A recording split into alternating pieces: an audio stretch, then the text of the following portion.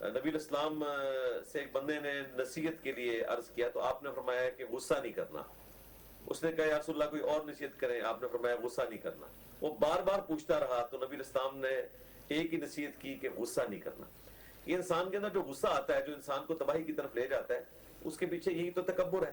لوگ پوچھتے ہیں کہ جی شیطان سب کو گمراہ کرتا ہے تو شیطان کو کس نے گمراہ کیا؟ قرآن بتا رہا ہے کہ شیطان کو اس کے تکبر نے اس کے اندر جو غرور تھا اس نے گمراہ کر دیا. تو ایک بڑی ریزن علم دین کی کمی ہے.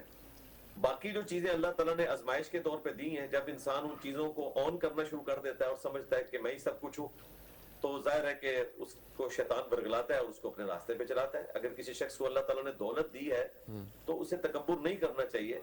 اسے اللہ تعالیٰ کا شکر ادا کرنا چاہیے اور اس دولت میں سے اللہ کی راہ میں خرچ کرنا چاہیے. قرآن میں اللہ تعالیٰ نے سورۃ القصص کے اینڈ پہ قارون کا قصہ بیان کیا ہے کہ وہ اپنی دولت کے گھمنڈ میں گھر سے نکلا اور اللہ تعالیٰ فرما رہا ہے کہ اس کے جو خزانے تھے ان کی کنجیاں جو ہیں وہ ایک بڑی جماعت اٹھاتی تھی اونٹوں کی, لیکن وہ تکبر کی حالت میں نکلا تو لوگ جو اہل علم تھے اہل ایمان تھے وہ اسے سمجھا رہے تھے کہ تکبر نہ کر, اور جو دنیا دار لوگ تھے وہ کہہ رہے تھے ہے کہ اس کی وجہ سے بھی یہ تکبر کافی پھیل رہا ہے, غرور.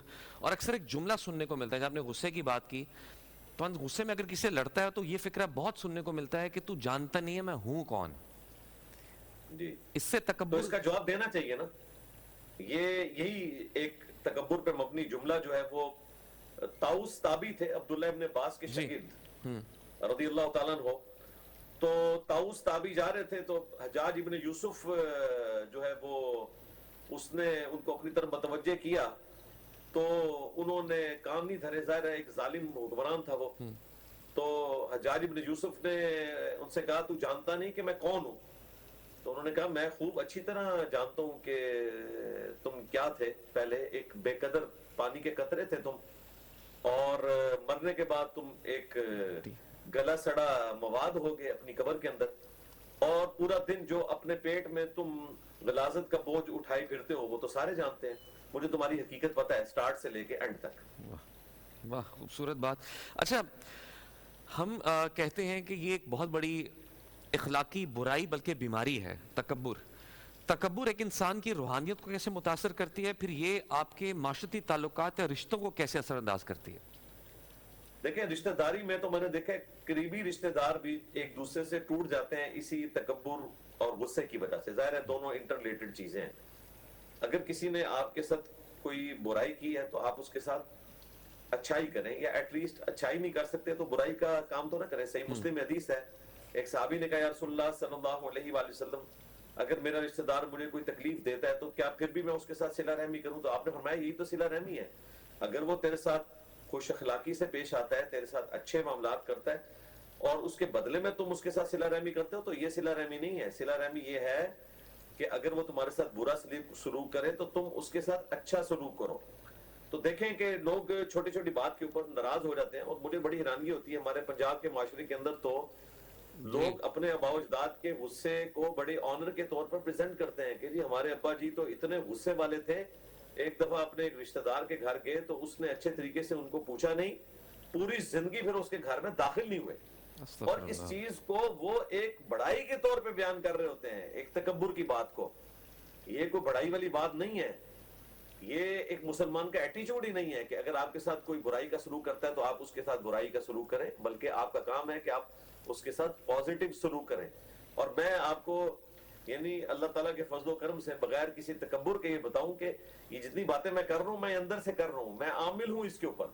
ہمارے مخالفین بھی اس چیز کو جانتے ہیں, میرے قریبی لوگ بھی جانتے ہیں کہ حالانکہ میں غصے کا بہت تیز ہوں, لیکن جب سے میں دعوت کے کام میں جڑا ہوں پچھلے 16-17 سال سے, ماشاءاللہ جو بھی کوئی اس طرح کا میرے ساتھ معاملہ ہوتا ہے میں صبر و شکر سے کام لیتا ہوں اور علمی طریقے سے اس کا جواب دے دیتا ہوں.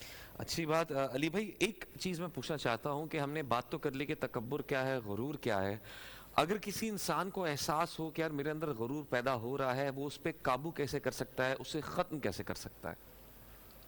اپنی اصلیت کے اوپر غور کرے جی. انسان جو ہے وہ اپنی صحت کو دیکھے کہ یہ اللہ تعالیٰ کی نعمت ہے. آج اگر اللہ تعالیٰ مجھ سے میری صحت لے لے تو میں کسی کام کا نہیں ہوں. اس کے اوپر غور و تفکر کرے, ایک ایک نعمت کے اوپر غور و تفکر کرے کہ یہ جو مجھے معاشرے میں اتنا سٹیٹس ملا ہوا ہے آپ اپنے اینڈ پہ دیکھیں، میں اپنے اینڈ پہ دیکھوں کہ یہ سب کچھ کس کی وجہ سے؟ اللہ تعالیٰ کی نعمتوں کی وجہ سے۔ اگر اس وقت میں بول رہا ہوں تو یہ زبان کی نعمت اللہ نے دی ہے۔ اگر لکوہ ہو جائے، میرا چہرہ ٹیڑھا ہو جائے، میری زبان کام نہ کرے، میں بول نہیں سکتا۔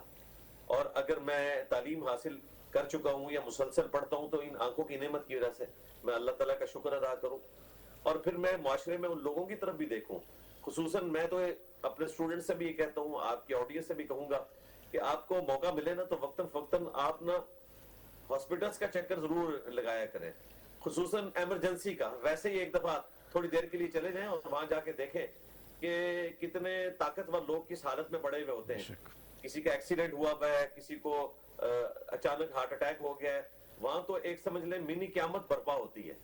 تو آپ نے اگر یہ منظر دیکھ لیا تو پھر آپ کو پتہ چل جائے گا کہ آپ کی حقیقت کیا ہے، تو کبھی بھی آپ اپنی ان نعمتوں کے اوپر تکبر نہیں کریں گے جو اللہ تعالیٰ نے آپ کو دی ہے۔ خوبصورت بات علی بھائی، جاتے جاتے میں چاہوں گا صرف اگر آپ آج کے نوجوان نسل کے حوالے سے انہیں کیا نصیحت کرنا چاہیں گے تکبر کے حوالے سے، اور اس پہ قابو کیسے پانا چاہیے اسپیشلی ینگسٹرز کے لیے؟ تکبر اور غصے کے اعتبار سے میں جاتے ہوئے آپ کو ایک وظیفہ بتا دیتا ہوں۔ بخاری مسلم میں حدیث ہے، دو لوگ لڑ رہے تھے تو نبی الاسلام نے فرمایا کہ میں ایک ایسی بات جانتا ہوں، ایسے کلمات جانتا ہوں کہ اگر یہ پڑھیں تو ان کا یہ سارا غصہ ختم ہو جائے گا، اور وہ ہے اعوذ باللہ من الشیطان الرجیم، میں اللہ تعالیٰ کی پناہ میں آتا ہوں راندہ درگاہ کیے گئے شیطان سے۔